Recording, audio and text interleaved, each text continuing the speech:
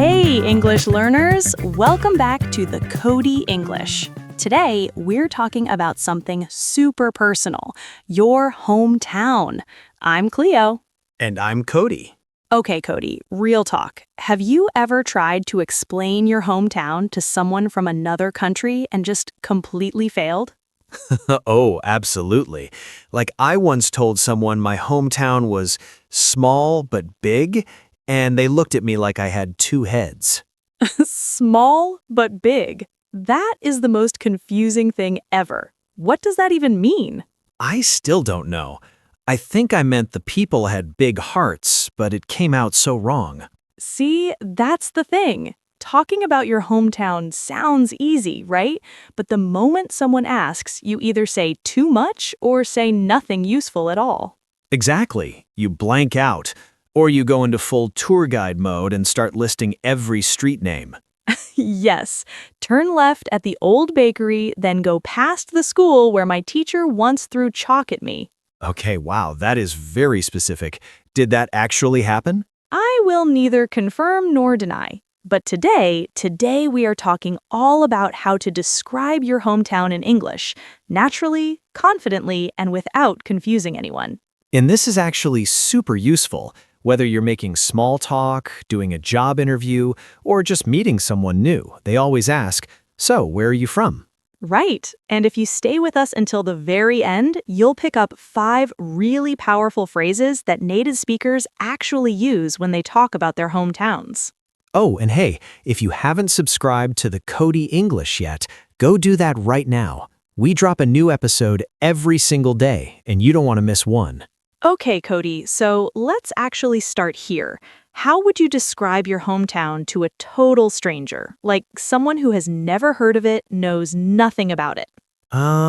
Okay, let me think. I'd probably start with the size. Like, is it a big city, a small town, a village?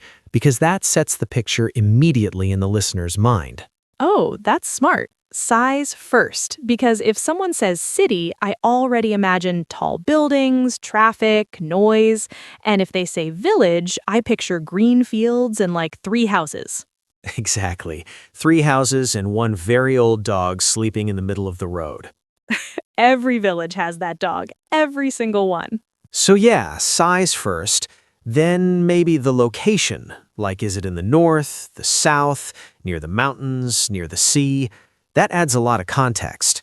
I love that. Location really paints a picture. Like, I grew up near the coast, and the moment I say that, people already kind of feel it. The smell of salt water, the sound of waves.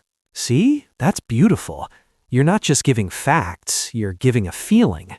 And I think that's the key difference, you know? Anyone can say, I'm from a city of 2 million people, but that doesn't really tell me anything about what it feels like to live there. Right. Facts give information, but feelings give connection. And when you're having a real conversation, connection is everything. Okay, wait, here's the interesting part. I read somewhere that when people describe their hometowns, the things they remember most are actually the smallest details, not the big landmarks. You mean like, not, oh, we have a famous cathedral, but more like, there was this one street where all the food vendors were at night? Exactly, like the smell of grilled corn at 8 p.m. or the sound of the market on Saturday morning. Those tiny things stick with you forever. That's so true. I mean, I can't even remember what my childhood home looked like exactly, but I remember the sound of the rain hitting the tin roof, crystal clear. Oh, that's such a vivid memory. See, that right there, that's how you make someone feel like they've actually visited your hometown. And I think it also makes you more interesting to talk to. Like, if someone just lists facts, cool. But if they say, every Sunday the whole neighborhood smelled like my grandma's cooking, now I'm leaning in. Now you want to be invited to that neighborhood. Immediately, where do I sign up? Okay, let's talk about something that I think trips a lot of people up. What if your hometown is not glamorous? Like, what if it's just a very ordinary place? Oh, this is such a good point, because I think a lot of people feel embarrassed if their hometown doesn't have like a famous landmark or a cool nickname. Yes, like if you're from Paris or New York, people immediately go, oh, wow. But what if you're from a small town that nobody has ever heard of? To be honest, I think those are actually the most interesting stories because you have to be creative. You have to find the hidden beauty in the ordinary. That's such a good way to think about it. Like, instead of apologizing for your hometown, you find the one thing that makes it special, even if it's just one thing. Exactly. Maybe the people are incredibly warm. Maybe there's one amazing local food. Maybe the sunsets are unbelievable. Every place has something. You know, this reminds me of something. I once talked to someone from a tiny town in the middle of nowhere, literally no famous buildings, no big attractions. But she described it as the place where everybody knows your name. Oh, I love that. That's like a whole vibe in 6 words. Right? And immediately you understand what that town feels like. It's warm, it's personal, it's community-driven. So much better than just saying it's a small town. Language is so powerful. The words you choose completely change how someone sees your hometown. Okay, this is where things get really fun. Let's talk about the emotional side of this. Because hometowns are not just about geography, right? They're tied to feelings. Yeah, huge. Like some people have this huge love for where they grew up. They miss it constantly. They call it home even when they haven't lived there in years. And then there are others who couldn't wait to leave, who felt like their hometown was too small, too slow, too limiting. In both feelings are completely valid. That's the interesting thing.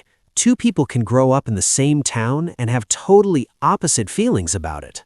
I think it depends so much on your personal story, right? What happened to you there, the people you met, the opportunities you had or didn't have. Totally. Like, if you had an amazing childhood full of friends and adventures, you probably look back with so much warmth. But if it was a tough time, the memories are different. And when you're talking about your hometown in English, it's actually okay to be honest about that. You don't have to pretend everything was perfect. Right. You can say something like, it wasn't always easy growing up there, but it made me who I am. That's real. That's relatable. Nodding. People connect with honesty way more than with a perfect picture postcard description. Okay, I want to throw something in here that I think is super interesting from a language perspective. There are actually different ways to talk about your hometown depending on your audience. Oh, say more. You mean like you change how you describe it based on who's asking? Exactly. Like, if you're talking to someone from the same country, you can use local references. Oh, it's kind of like Bangkok, but quieter. And they get it immediately. But if you're talking to someone from a completely different part of the world, those comparisons mean nothing. You have to build the picture from scratch. Right, so you need more universal descriptions. Like, it's a coastal city with a tropical climate and a very relaxed lifestyle. Everybody can picture that. That's actually such a practical tip. Know your audience, adjust your language, and you'll always sound clear and confident. And don't be afraid to ask follow-up questions too. Like, have you ever been to Southeast Asia? So you know what kind of context to give. Oh, that's smart. It turns a one-way description into a real conversation. Which is always more fun for everyone. Okay, let me ask you something more personal, Cody. Do you still feel connected to your hometown? Like, is it still home for you? That's a deep one. I think yes and no. Like, a part of me will always belong there. It's where I learned so many things about life. But But I've changed, and the place has changed too. So when I go back, it feels a little like visiting a memory rather than returning to a present reality. wow, visiting a memory. That's beautiful and a little sad at the same time. I think that's what happens when you grow up and move on. Your hometown becomes this preserved version in your mind, a snapshot of a time that doesn't fully exist anymore. I feel that so much. Like, the playground I used to love is now a parking lot, and it genuinely made me sad when I found out. Oh no, a parking lot? Really? A parking lot, not even a nice one, just concrete and bad lighting. That feels like a personal attack from urban development. It really does. But I think that's also part of the story. Hometowns change, and how you talk about them has to include that, the past version and the present version. You know, listeners, here's something I want you to think about. Imagine you're meeting someone new right now. They ask you, "So, where are you from?" What's the very first word that comes to your mind? Not the city name, not the country, but the emotional first word. What's the emotional first word? Is it warm? Is it busy? Is it complicated? Is it home? Just notice what comes up for you. Because that first word, that's actually your real answer. That's the honest, gut-level description of your hometown. And that's the most interesting place to start a conversation from. Okay, let's also quickly talk about some common topics that come up when people ask about hometowns, because it's not always just describe the vibe. Right. Sometimes they ask about the food, which honestly might be the most important topic of all. Always the food. Every culture is so proud of their local food, and rightfully so. Local food is such an amazing conversation starter. Like if someone says, "Oh, we have this dish that you can only get in my hometown and nowhere else in the world," I am immediately fascinated. Me too. And it's also a great way to teach someone about your culture without making it feel like a lesson. Food is universal. Everyone relates. Same with festivals and traditions. "Oh, every year in my town we do this thing where," and suddenly the conversation comes alive. It humanizes your hometown. It makes it feel like a real, lived-in place rather than just a dot on a map. And I think that's ultimately what good communication does. It brings people closer. It makes the world feel smaller and more connected. Beautifully said, Cody. Okay, you won't believe what happened next. Let's do the vocabulary moment. 5 phrases from today's episode that you can actually use in real life. Yes, let's go. Okay, phrase number 1, paint a picture. Like, let me paint a picture of my hometown for you. This means to describe something so clearly and vividly that the other person can imagine it in their mind. It's not about actual painting, it's about creating a mental image with your words. Example sentence, she painted such a clear picture of her village that I felt like I'd already been there. Love that one. Okay, phrase number 2, grew up. As in, I grew up in a small coastal town. Grew up means the place where you spent your childhood and became who you are. It's not just where you were born, it's where your life really happened. Example, he grew up in a busy city, so the countryside felt totally new to him. Perfect. Phrase number 3, a sense of community. Like, there was such a strong sense of community where I'm from. This means the feeling that people in a place care about each other. They're connected. They help each other. They feel like they belong together. Example, what I miss most about my hometown is the sense of community. Everyone knew everyone. Okay, phrase number 4, this one's great. Laid back. Like, it was a really laid back town. Laid back means relaxed and easygoing, not stressful, not fast-paced. The opposite of a hectic city lifestyle. Example, I love visiting my parents. Their town is so laid back. You can breathe there. Oh, I need a laid-back town right now, honestly. Same. And finally, phrase number 5, I have mixed feelings. Like, I have mixed feelings about where I grew up. Mixed feelings means you feel 2 different emotions at the same time, like love and sadness or gratitude and frustration. It's when it's not all good and not all bad. Example, she has mixed feelings about her hometown. She loved the people, but found the opportunities too limited. So real, so relatable. Those are 5 absolutely gold phrases. Paint a picture, grew up, a sense of community, laid back, and I have mixed feelings. Use them the next time someone asks where you're from, and you will sound incredibly natural. Okay, we are coming into the home stretch now. Before we wrap up, I just want to say your hometown, wherever it is valid. It's interesting. It's worth talking about.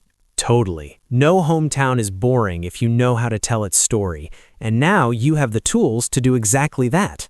Whether it's a mega city with 10 million people or a quiet village with one old dog in the road. We keep coming back to that dog. That dog is a legend. He represents all of us. The point is, your story matters, and the way you tell it matters even more.